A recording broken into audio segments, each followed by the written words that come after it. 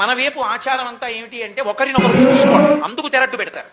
తెర అడ్డు పెట్టేది ఎందుకు అంటే సుముహూర్తం వచ్చే వరకు ఒకరి కళ్ళలోకి ఒకరు చూసుకోకూడదు. ఆ సుముహూర్తానికి తెర దింపేయాలి.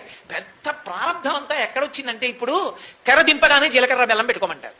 అసలు తెర దింపగానే జీలకర్ర బెల్లం పెట్టుకుంటే వాళ్ళు ఇద్దరు ఎలా చూసుకుంటారు నాకు చెప్పండి.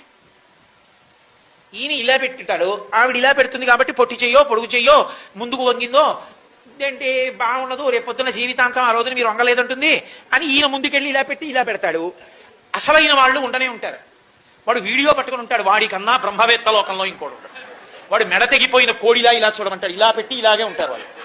సుముహూర్తానికి వీడియో అంక చూడమన్నారా, సుముహూర్తానికి ఒకరినొకరిని చూసుకోమన్నారా? ఈలోగా ముహూర్త కాలం అయిపోతుంది. ఇంకేం అభ్యున్నతి.